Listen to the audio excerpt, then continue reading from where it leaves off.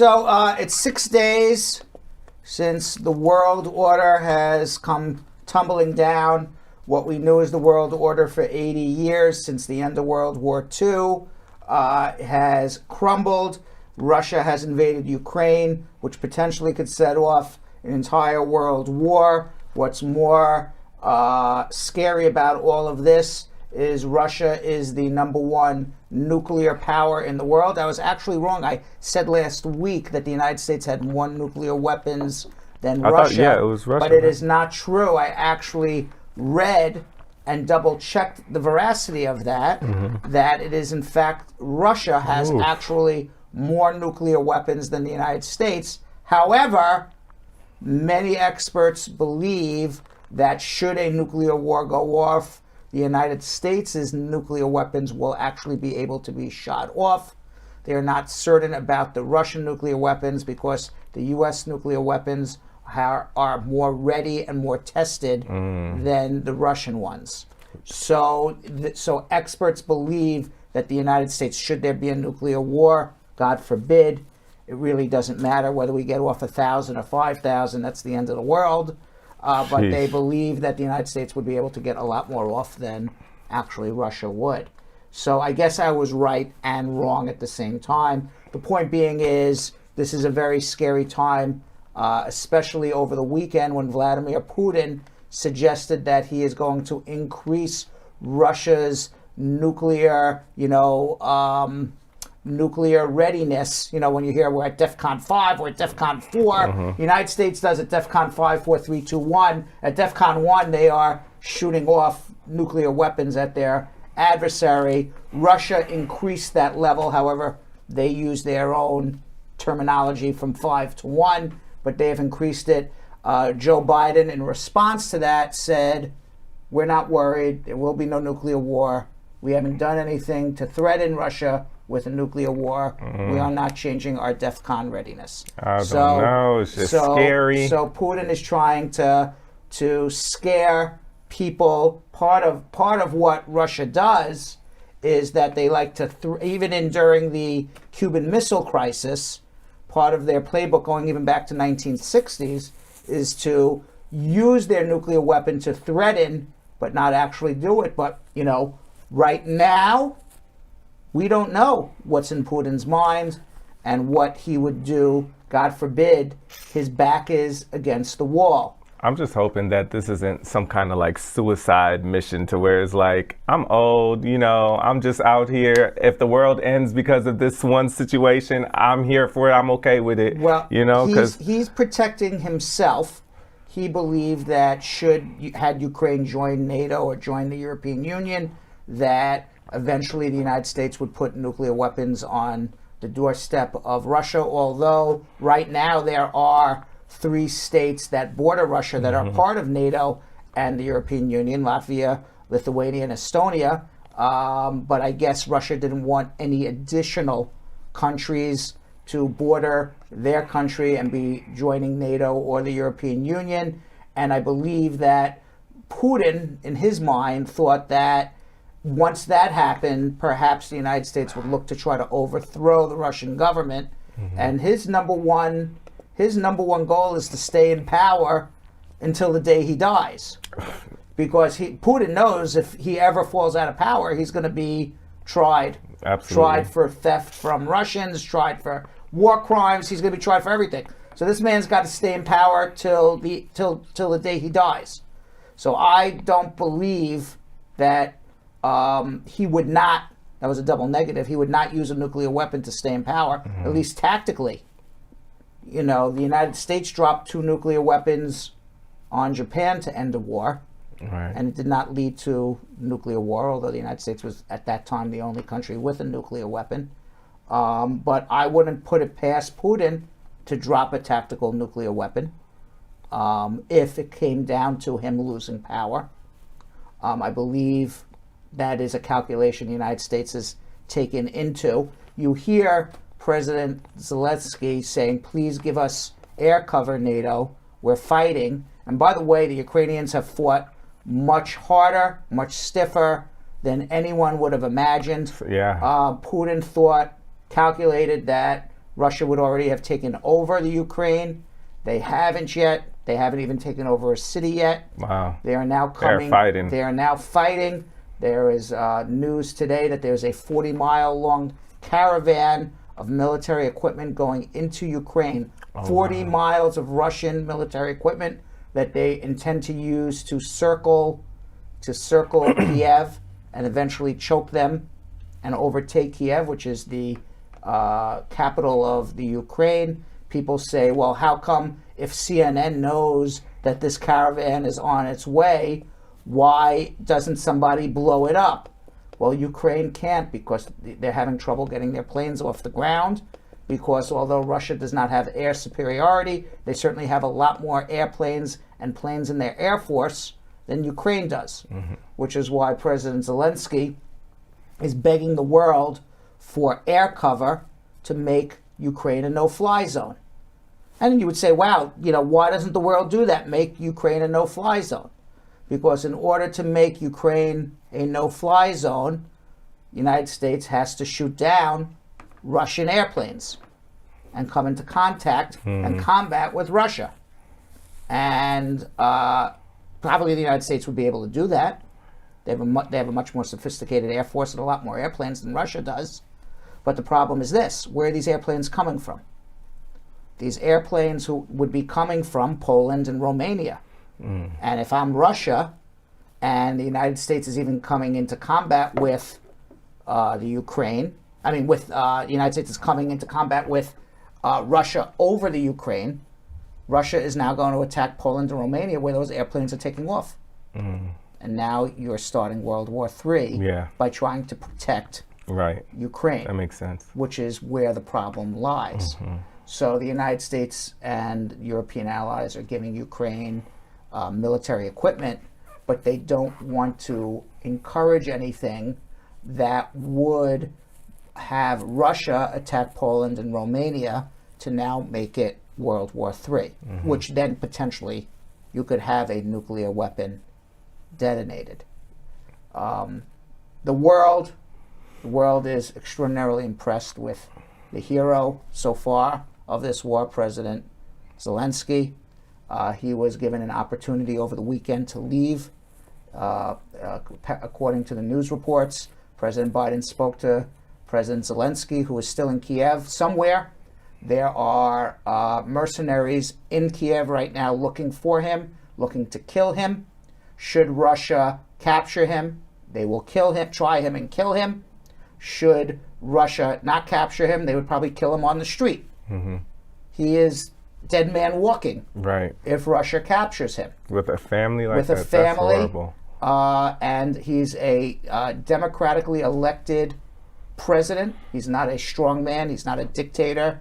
He was not doing anything to the people of Ukraine that you would say, boy, this is a bad dude. Right. All he did was ask to be part of Europe.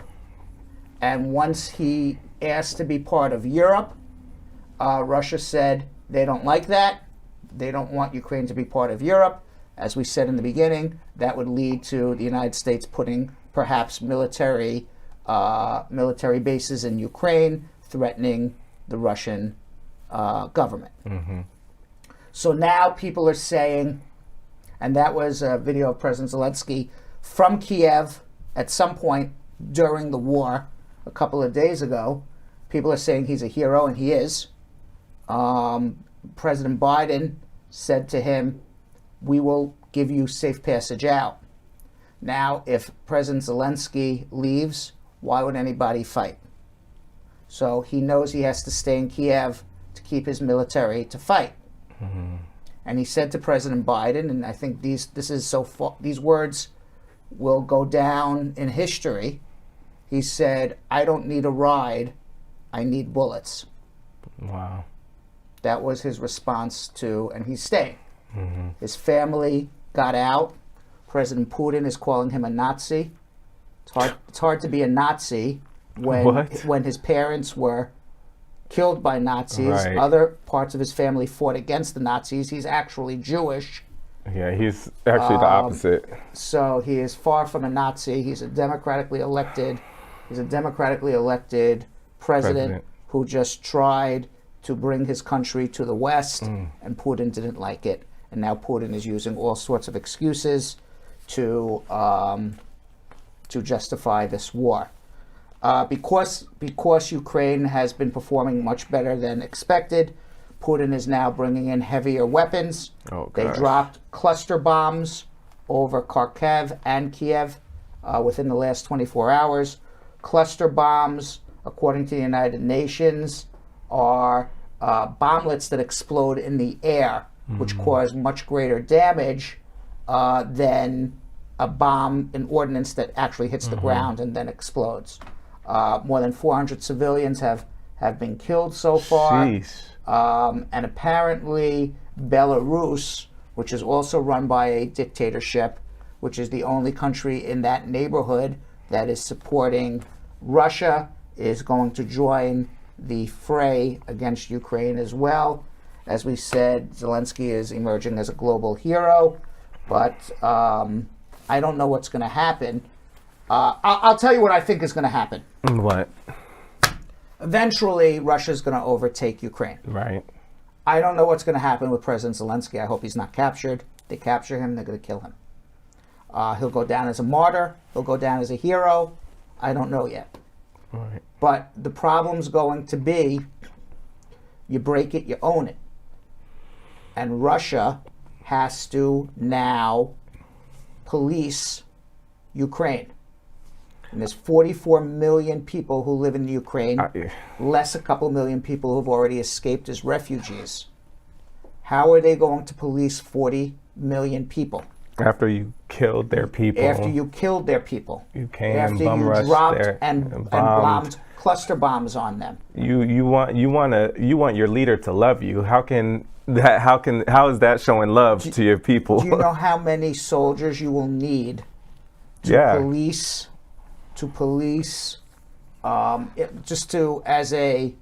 feel like forever. As a backdrop. Yeah. When NATO beat Germany in World War II, they had 98 soldiers policing Germany for every 1,000 inhabitants in Germany. Sheesh. So almost one to 10. Okay? And that's what they needed in World War II, because remember, NATO bombed the hell out of Germany.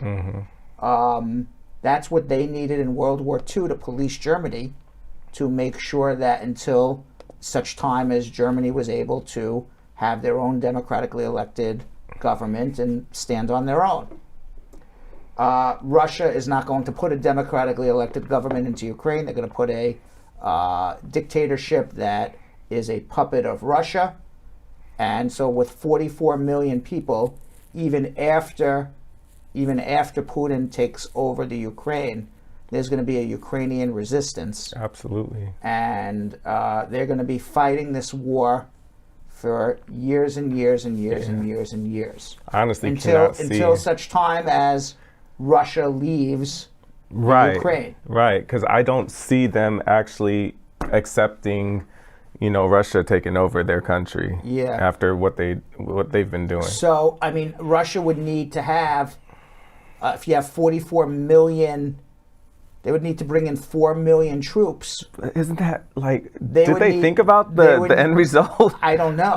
But they would need to bring in 4 million soldiers to police 44 million people who don't want them there. It seems like more of a headache to me. I don't Now, most of the world has rallied around the Ukraine. Western allies have been increasing its assistance to Ukraine. On Monday, the Central Bank of Russia more than doubled its key interest rate. It's now, to borrow money in Russia, it's a 20% interest rate. Ooh. Under new sanctions, all people in the United States and the European Union are banned from trading with Russian central bank. Australia has announced travel bans. All of Europe has announced travel bans. Private businesses such as Facebook, Google, and YouTube are stopping Russian state media outlets from monetizing their platforms. The U.S. Treasury has announced sanctions on entities tied to Russia's sovereign wealth fund. President Biden has instructed Anthony Blinken to release up to $350 million in military aid immediately to the Ukrainian government. But ultimately, ultimately, Russia is going to feel it. Even today, I saw Apple said they stopped the Apple Store, the App Store in Russia, so people can't download apps anymore. Wow. And they stopped selling apples, at least through official channels. So people won't even be able to upgrade their phones, won't be able to use Apple Pay, won't be able... Eventually, it's going to affect everyday Russians. With the idea that everyday Russians are going to say, is this war worth it? Well, I mean, I feel like they're saying that already. I don't think that, the people of Russia, or at least, the ones I saw that were protesting, Right. They don't want war. No, well, So- yeah, a lot of people in Russia don't want war. A lot of And people, they're being affected as well. But if you watch the news coming out of Russia, you don't see the bombardment of course not, Ukraine. yeah. People are brainwashed a little bit. Yeah. They say they believe that Russia's going in there to save a bloodbath, that the Ukrainians are killing the ethnic Russian-speaking population, which is not the case. So they're seeing completely different news. So some Russians are in favor of it, not realizing why and what the real rationale between this war is, unfortunately. There's more than 500,000 refugees have fled the Ukraine. Multiple organizations here in the United States are calling for temporary protected status, deferred and forced departure to cover Ukrainians. We'll see what happens with that. And tonight at 9 o'clock, President Biden is going to have his State of the Union.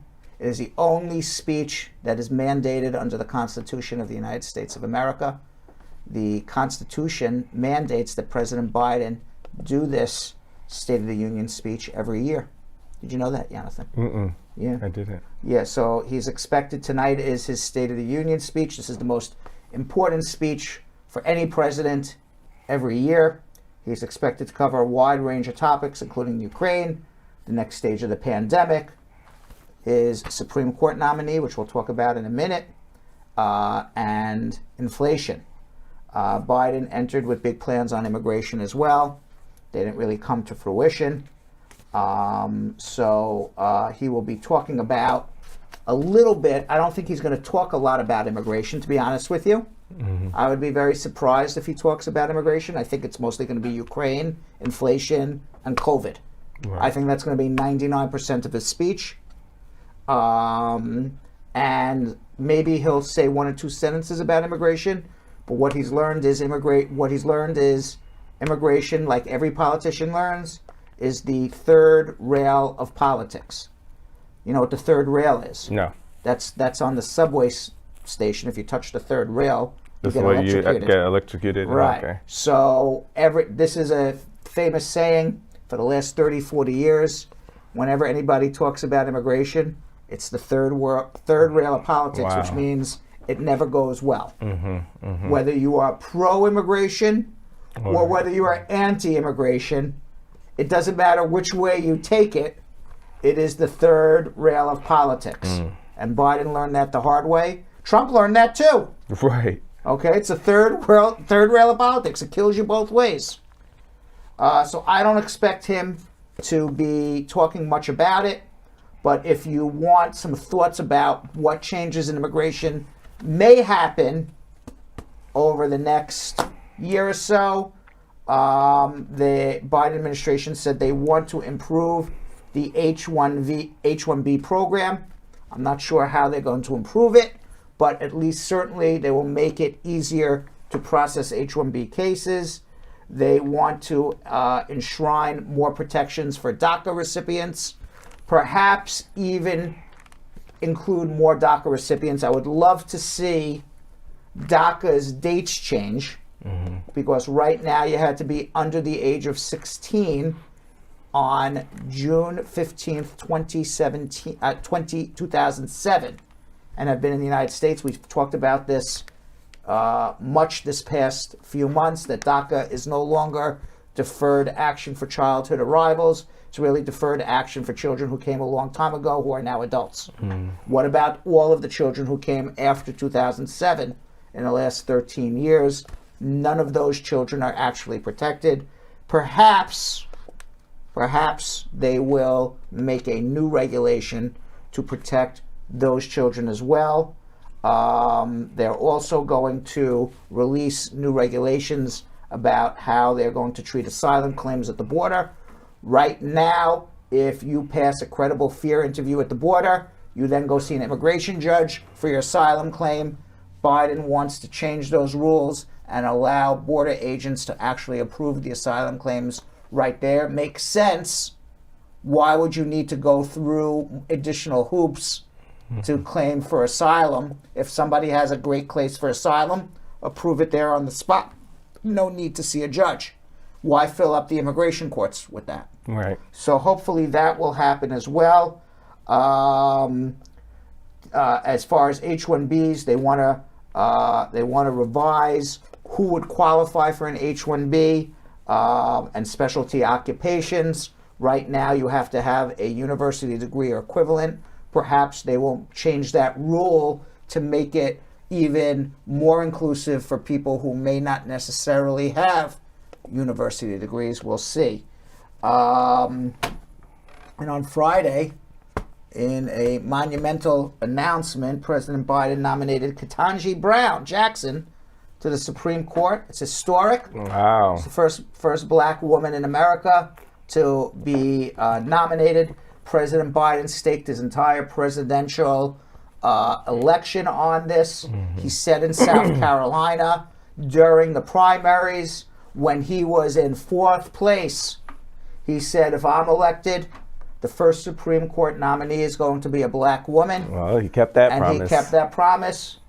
He was not George Bush, who said, read my lips, no new taxes, and then turned around and made new taxes. Right. Because if he nominated anybody who was not a black woman... Remember we talked about that. Yes, we said that would have been it. That's it. All right? If anyone ever learned, after George Bush, read my lips, no new taxes, if you make your entire presidential campaign on a promise and you don't deliver on it, then you will not get reelected again. George Bush learned that because George Bush, if you remember, he was at 90% approval rating 9 months before the 1992 election. He had just won Desert Storm, the first war with Iraq, and then he turned around and he raised taxes, partly to pay for that war. Yeah.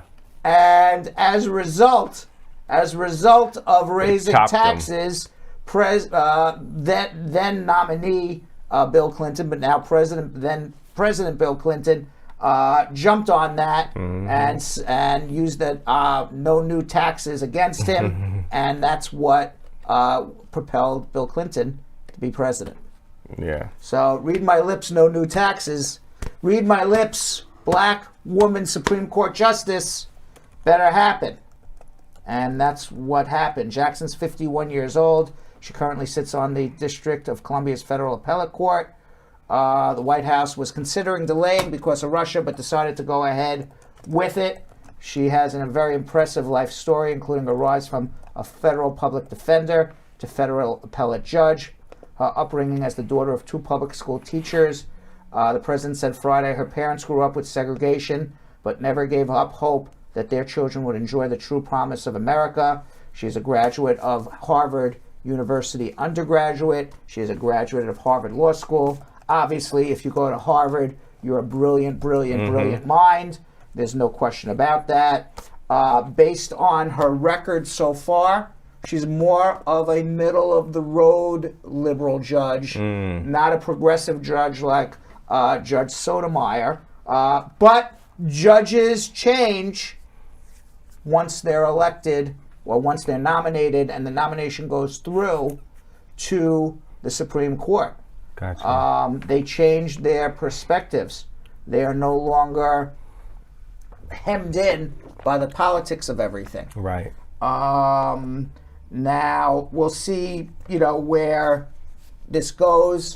The presumption is that the Democrats have 50 votes in her favor, plus Kamala Harris for the tiebreaker. So even if Republicans do not join in her nomination, they should be able to get her onto the Supreme Court. As a note for the D.C. appellate judge, she also had to go through a nomination and did get Republican support. But it would be interesting to see if she gets any Republican support now, because it's the Supreme Court and not the Circuit Court of Appeals. But I believe this is going to be a very fast process. Cool. I don't think they're going to wait too long on this. And good news, Jonathan, mask mandates are going away. All of a sudden, no more coronavirus. People aren't worried about it anymore. It still exists, but just nobody seems... It's turned into the flu. Yeah, nobody seems to be worried about it anymore. In a new poll by the Associated Press, shows public concern is diminishing each and every month. As a result, mask mandates are down. Half of Americans approve of mask mandates, compared with 28% who oppose it. Yet support for mask mandates has dropped precipitously in the last few months. And I'll be honest with you, I was a big proponent of masks, and I am now against mask mandates myself. I think that if you are, you should have mask mandates in certain areas. You want to go into a hospital, a nursing home where they're, a hospital where there's sick people, into a nursing home where there are elderly people, perhaps in very crowded situations such as the subway, you may still want. But for the most part, based on the science, if you are vaccinated, you may get COVID, but you're not going to die from it. And if you didn't get vaccinated, well, that is your particular choice whether to get vaccinated or not. And I don't think we should be wearing masks to prevent ourselves from getting a bad flu at this point. And if you are ultimately concerned about your own health, then you have the right to wear a mask. Or you have the right to take a vaccine. But I think most Americans now are either vaccinated or had COVID already, that it's not a pandemic anymore, but it's a disease that has to be managed. With that said, God forbid there's another variant, things change, I will change my perspective. Right. But at the moment, present. I'm talking at the present moment, because I think it's what the worst thing is masks for kids. Poor children have to go to elementary school, junior high, high school, and wear masks. It just robs them of their whole entire childhood. It's my opinion. I feel like the kids are kind of used to it now. Just, I know, it's still my opinion. This is how they grew up. I feel bad for them. Just like we grew up. I feel very bad for them. All right, you ready for some tea, Yo-Yo? Yeah. Let's do some tea. We have some tea. Who's here today? It is Jay Rhymes. Jay Rhymes. How are you, Jay Rhymes? Fantastic. I'm going to tell you something. The butler's biceps are getting bigger know. every week. When this butler's, I don't know if he's doing bicep curls with the tea bags. Oh no, it's just a tea. It's just the tea. But when he started, right? His biceps. I feel like he's gonna come like a Chippendales. Yeah, when he started pouring tea for us, You'll be seeing me in Vegas. when he started pouring tea for us, dripping wet, he was about 150 pounds. Now this guy is ready for Chippendales, right? Oh, I don't know what's Magic Mike line. This is the same one. Though. This is the same tea, one. which is what? It's the orange mold. All right, well, thank you very much. Thank you. All right, I will no longer make fun of Jay Rhymes. He will beat the hell out of me. He'll beat you up. He will beat me silly. Look. He's a very, very smart, handsome man now, Jay Rhymes. All right, let's cheers. And we said, what kind of tea is this? This is from last week Orange as well. mold. Mold orange, I think. Something like that. I like this. I do too. I like this moldy orange, but it's not mold. I No, remember Jay mold. Rhymes told me it was mold. I'm like, I don't want to drink mold. Yeah, no, it's no. mold. Yes. Mold. Meaning it's like What does that mean? warmed up and with like fruit and cinnamon sticks and all the goodies. It's like in a Very pot. nice. I want you to know something. I'm almost done with my first cup. Jay Ooh. Rhymes gave me a full cup, and I'm almost done with it. All right, let's get into some of our tea news, Yes. Yo-Yo.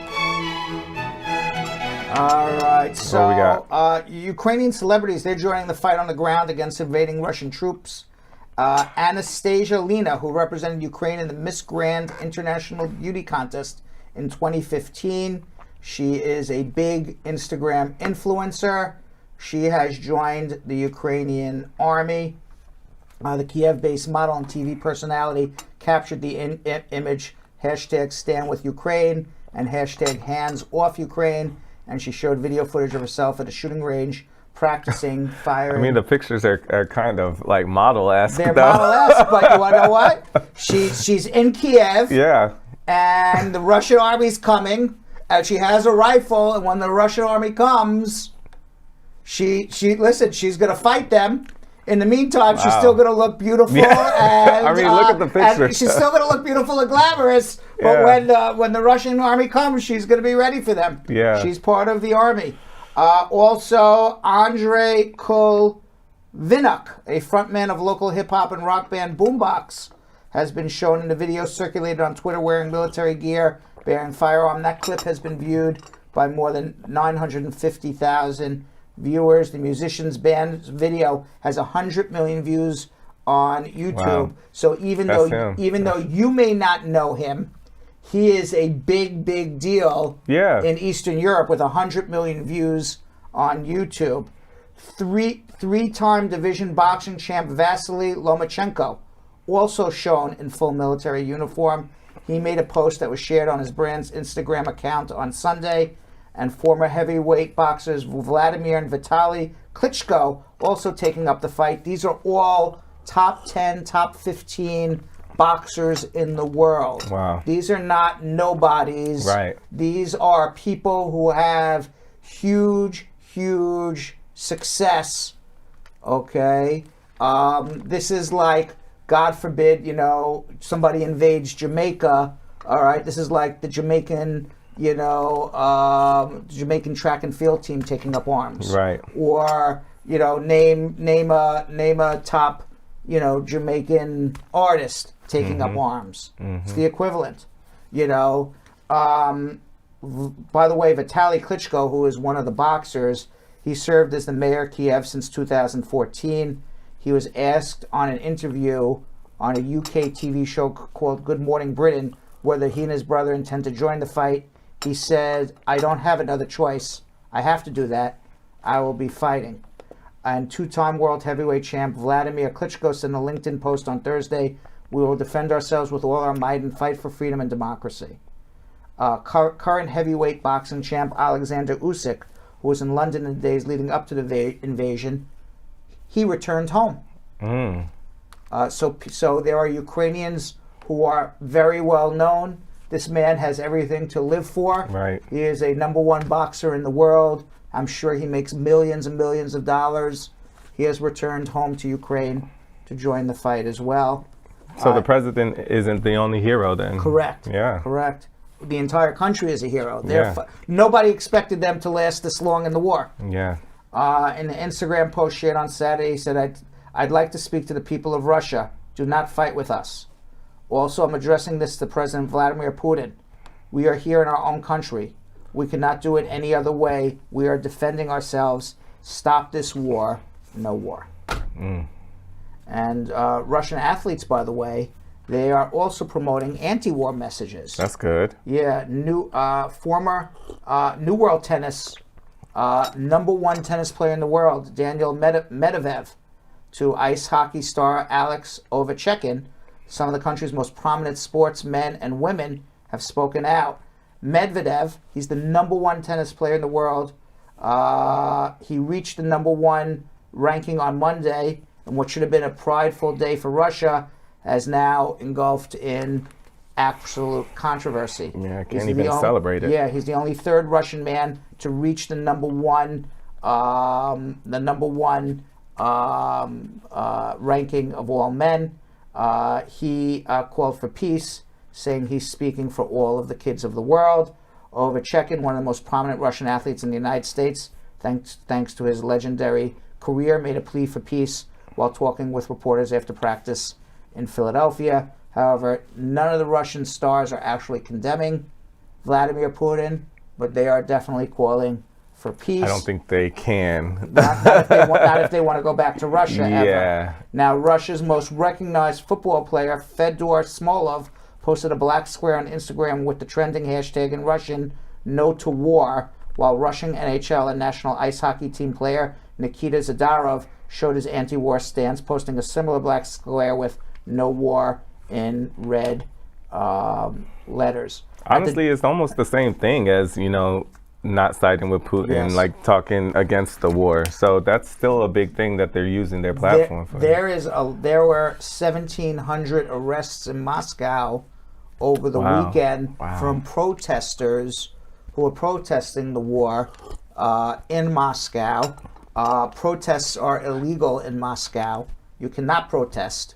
They're not. They don't have freedom to protest, and people are going out risking arrest. And by the way, if you get arrested for protest in Russia, you can never make that. Has to go on your application for any job that you ever apply for in the future. So anybody who actually gets arrested is risking their entire career and their salaries for themselves and their family. So you have 1,700 people who said, "We don't care. We're going to do the right thing." Listen, if I had a business and I had to hire these people, I would definitely hire them. Even with seeing that, that's crazy that people wouldn't hire them because they were arrested for protesting. Well, in Russia, yeah, that's what would happen. Sheesh. Yeah.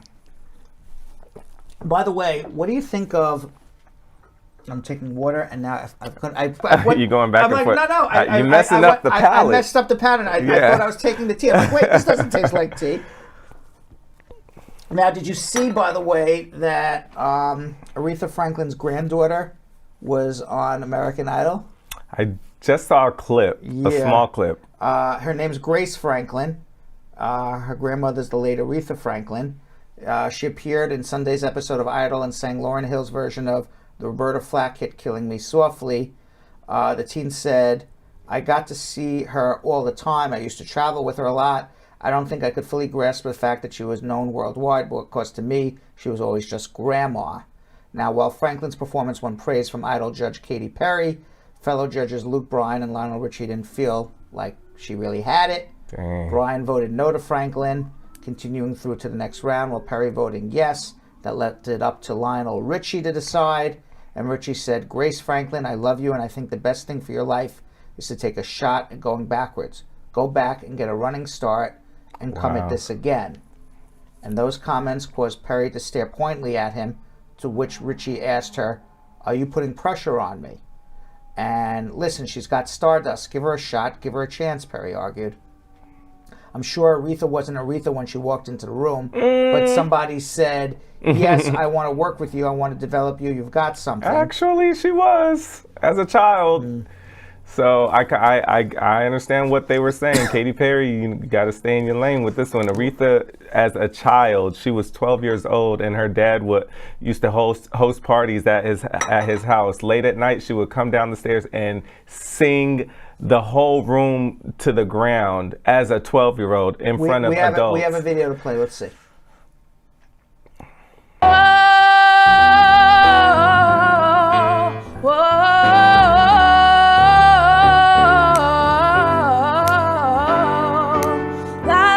She has some, But 15-year-olds, it's hard for a 15-year-old to compete. Their voices aren't mature yet. Well, some of them are, though. Some of them are. They've had some 15-year-olds there that can sing like they have gone through what they're singing about. She needs a little bit more time. By the way, Richie said, "Something wrong with your ears. You're all insane." And he voted no, hugging Franklin, advising her to put the work in. What do you think of Aretha Franklin's? Is that fair that she even gets to? Just out of curiosity, because she comes from a well-known family. American Idol is to find an unknown person. I would think Aretha Franklin's granddaughter is not unknown. She has connections. She is her grandmother. Her family is musical royalty. And American Idol is supposed to be, we're going to find the next unknown person and give them a break. Well, is that fair to even allow I'm just throwing it right, out. right. I don't know if it is or not. I'm just thinking about it. I think it's fair because this right here shows an example. You're not going to get through just because of your name. You know, there have been times in the past where a granddaughter or a grandson of a famous, you know, a legend came on and sang as well. Sometimes they get through because they actually have talent, and sometimes they're like, hey, come back. I think it was fair. The advice that they gave her, just, you know, live a little, work on your voice, go into like vocal her training. voice? I thought that it was okay. But it's not American Idol. It's not American Idol. There, like, I can't sing for nothing, you know. So, but like, who's your favorite American Idol, by the way? my favorite American Idol. Do you have one? No, You don't care, less. no, I don't care. Kelly Clarkson, No, I don't care you don't about care. anyone. Maybe Fantasia. Fantasia. Yeah. Why? Because Jennifer Hudson? No. No, you don't No. like her. I mean, she's cool. She's okay. She's cool. She can sing her butt off. Of course she it's just can. not my style. Like, you know, I think Fantasia would probably be my favorite. Really? Yeah. Interesting. Yeah. Very, very interesting. Carol Anderson thinks she could sing. I think she can sing as well, but it's not an American Idol winner. That's not what the show is. Oh, can you sing? It's an American Idol, and she has some work to put in. I think. Burrell Harris, in response to my question to you, says, "Well, if she's not well known then she's certainly well known now." She is, right? But I think she could have been well known anyway. Vocal training. She needs vocal training. I think that she can still go on because even though her grandmother was Aretha Franklin or is Aretha Franklin, I don't think the name should matter as long as the judges are fair. Like, I think that Katy Perry was not fair. She said, go ahead, let her go ahead just because of who her grandmother is. That's not what the competition is about. All right.